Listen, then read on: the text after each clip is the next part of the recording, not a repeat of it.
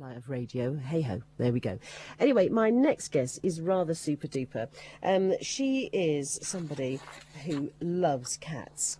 And, I mean, I've got 4 of them. I'm sure if we counted up all the cat owners in Northamptonshire, we would get, quite a fair number. Now, you know how much I love them.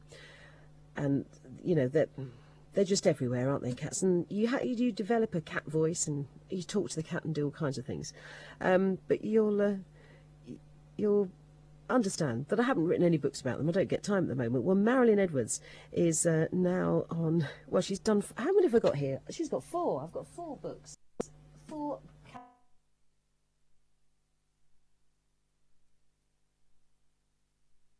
only do small steps while I was sitting on the studio chair across. Oh dear. It still is October, isn't it? Yes.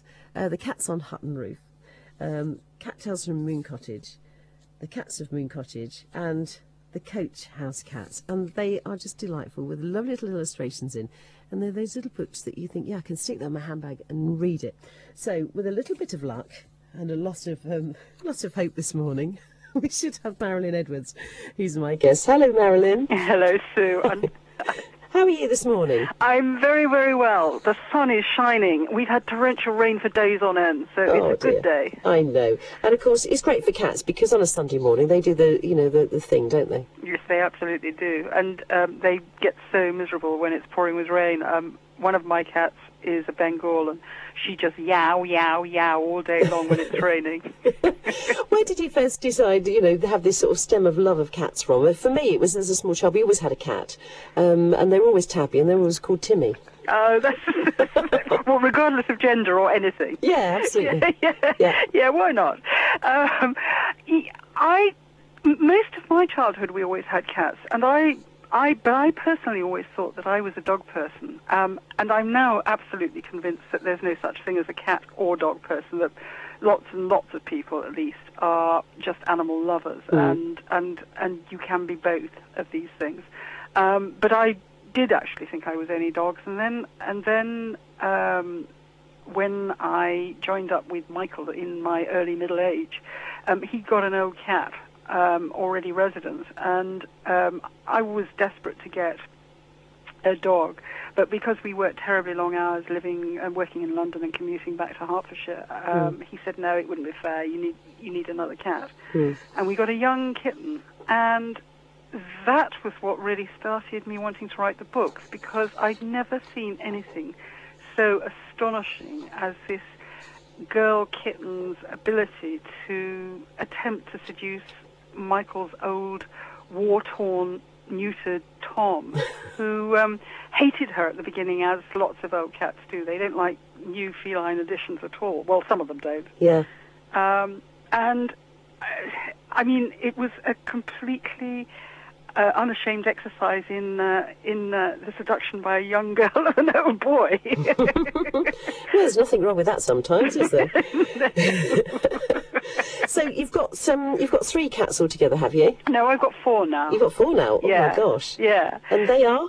The 2 older ones are Fanny and Titus, and they're sisters. And I know that Titus is a male name, but she was born ginger with a tiny bit of white on her, and I didn't know in my ignorance that I always thought that all gingers were Toms.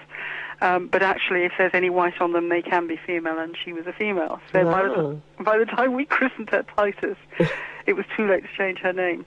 Gosh, and also you don't find many female gingers either. No, that's true. Okay, so that's Fanny and Titus. And then we acquired a Russian blue Tom called Pushkin, whom I had wanted. When we were living in Hertfordshire, we were on a very main road, and their mother had been run over, and it had broken our hearts. And because of that, we decided to try and keep them contained just within the garden. But obviously that meant that they wouldn't have access to visiting Toms. So we acquired a Tom kitten and had hoped that he'd father kittens with them. But he turned out to be a complete gentleman, but absolutely not interested in any sense in fathering anything. Michael rather cruelly said he was the only gay cat in Hertfordshire. I don't believe a word of it. Oh, well, it does happen sometimes, doesn't it? Never mind. As long as they're happy. Yeah, no, absolutely.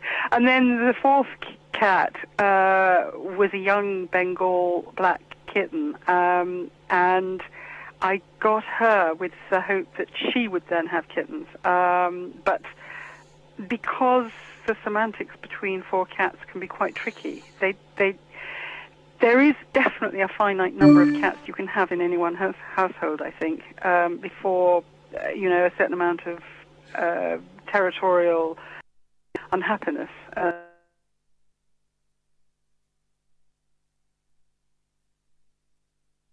And Fanny. And so at the point when she was due to have kittens, I actually thought, no, four's enough. I shouldn't go any further than that. You can just get carried away with it, can't you? Yes, you can. And with cats, you could just go on and on and on. And then you'd I know, very responsible. they take over everything, don't they? I mean, ours are sort of, because it's getting a bit chilly, they're all in the dogs' beds and everything. And, my poor little Shih Tzu, who's blind, goes along and she goes, oh, it's you lot, is it? And she kind of tries to nestle in amongst them. Oh, and, that's fantastic. But she does that. She's they're very good with her because she is blind, and they kind of stand there and just let her go past, whereas the Labrador just sort of bundles past. But they all, huddle in together, and she looks after them. In fact, she has mothered many of the cats, our Shih Tzu. It's bizarre, it really is. Wonderful. I know. Right, now I've got 4 books in my hand here, and one of them, of course, inspired a tune to be written about it, didn't it? Yes, it did. And I mean, I have never been so humbled by anything in my life as when the composer Kevin Dean sent the first cut of this thing that he'd been inspired to write, which he called Septi and Otto's tune. And that was about... And that was about that when we were first talking, and I was talking about the young kitten that beguiled Michael's old Tom. That was Otto, and Septi was the old Tom.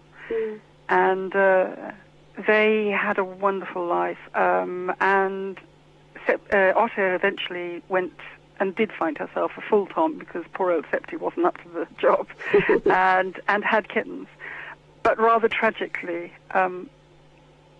7 weeks after the kittens were born, she was run over on the road just outside the house. Oh.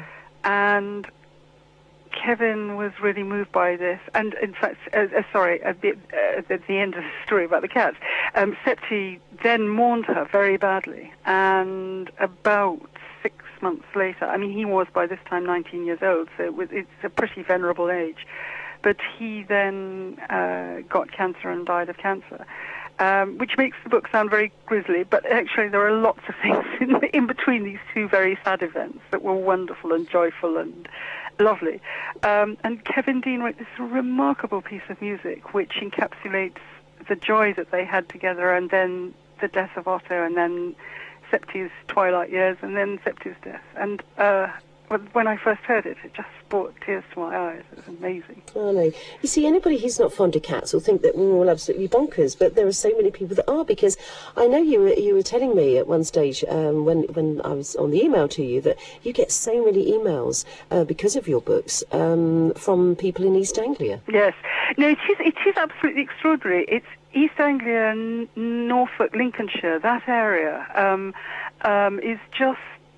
I think probably because it's open countryside, and people maybe are able to have cats very freely. But it's just astonishing the number of emails I get from that area. At one point, it was so exclusively that I I did begin to wonder why.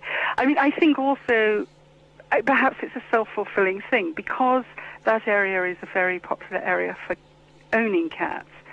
The bookshops are very supportive of cat books, so therefore, you get more, you get more of an audience that way. Sure. Now, the latest one is the Coach House Cats, isn't it? Yes, that's right. All right, and before that, we've got the Cats of Moon Cottage.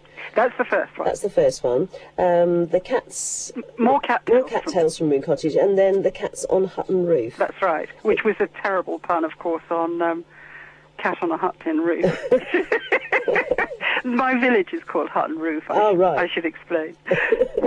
Well, they're lovely and they're delightful and easy to read, and I'm pleased to say that you've sent us some to give away, which we're going to do in a little while. But I think we should hear the music. And Marilyn, thank you so much. One thing I must ask you: what about black cats? Do you think they're lucky, or do they bring messages of doom? I definitely think that they're lucky, and I'm absolutely appalled that anybody should think that that they could, in any sense, be a harbinger of evil or doom or whatever. I think that's more a fear in America, oddly enough, than England, that black cats are the companion of witches and evil and all of that. But I do worry at Halloween, because apparently black cats do disappear quite a lot, because I think they needed as props. Oh dear. Yes, I'm dragging the cat around that. But the cats are amazing, aren't they? Because they have their own law and they have their own way of being. Absolutely. One of the things that when I became much more passionate about cats than I had been as a child, where I just sort of rather accepted cats as a background, that there were cats around, but they were very much outside cats, and I hadn't ever got close to them. One of the things that is wonderful about cats is that every day you have to earn their love and their trust all over again, whereas dogs are wonderful, adoring creatures and almost adore you regardless of however badly you treat them, I think. Yeah. Cats have that sort of distance that they love just as intensely. I'm absolutely certain of it, but it's a different form of love, and I love the fact that you have to work for it. You do indeed. Marilyn, it's lovely. I'm going to play the track from Mogology Track 3. Thank you very much for sparing the time. Thank you very much for asking me. The books are absolutely lovely, and I look forward to talking to you again. All right, lovely. All right, Thank you take care. You. Okay, bye. Bye.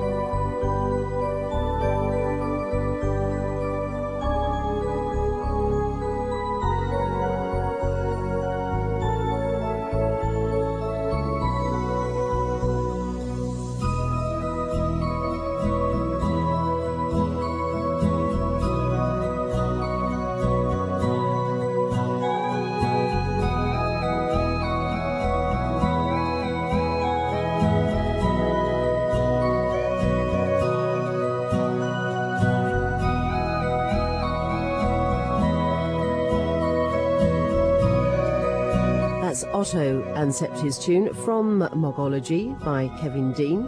And music for cats and cats lovers, absolutely beautiful. And more, Marilyn Edwards, the author of these wonderful books that I have here this morning. Now, we were talking about them, and there was the name of the cottage, if you were listening very carefully. So our question, if you would like to win a copy of these books, is what was the name of Marilyn's cottage that the cats, where all the cats live, that it's written about? If you think you know, 01604 234455. You can text in on 07786 200 010, and you can email sue.marchant@bbc.co.uk. We're going to have an update with the travel at the moment.